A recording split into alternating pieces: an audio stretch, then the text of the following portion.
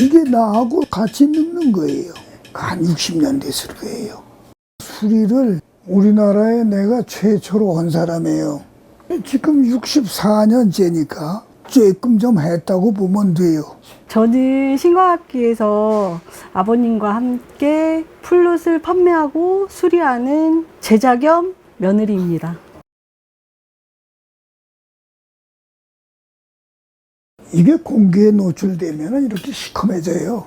이거를 전부 청소, 그 다음에 광내가지고 땜할 땐 땜하고 완전히 세트를 다시 만들어서 그렇게 해서 하는 걸 원해요, 사람들이. 떨어뜨리거나 이제 그럴 경우에 찌그러지면 이제 찌그러진 거 피는 거 하고 이렇게 쭈그러져서 와요. 이게 파이프 두께가 0.38mm예요. 이걸 깜짝같이 하는 노하우가 있다고.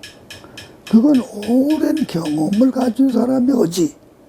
아무나 하는 게 아니거든. 이게 보통 일이 아니에요.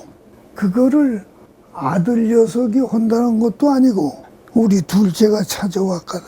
그 찾아와서 내가 하겠다고 그래서 그 지금 너무나도 이 섬세하게 잘하니까. 만족하세요? 당연하지.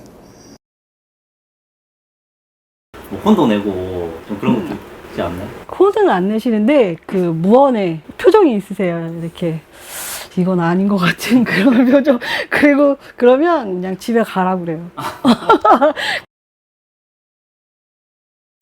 20년 정도 된 손님이신데요. 본인이 처음 시작했던 악기여서 애정이 있어가지고 요거 수리해서 갖고 계시고 싶다고 하시면서 이제 때도 많이 타고 먼지도 많아서 물수리를 해야 할 듯 합니다.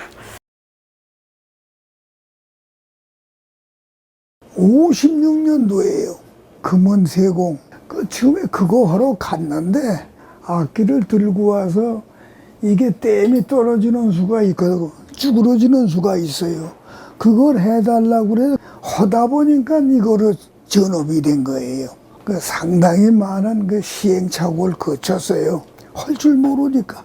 그래서 이제 경험에 의한 수리를 하기 시작한 거예요. 처음에 와서는 제가 이제 잔심부름 하고, 그 다음에 이제 많이 봤어요. 보고, 그 다음에 이제 아버님이 시작하는 단계, 이제 분리하고 청소하는 거, 그거 가르쳐 주셔서, 그거만 엄청 거의 1년 가까이 했을걸요. 체크지라고 해서 맞춰서 이렇게 하면 빠지지 않아야 돼요. 새는 곳 있으면 메꾸고, 메꿔놓고 또 체크하고, 그 다음에 이제 이걸로 다시 또 보고, 그게 이제 거의 반복이에요. 그래서.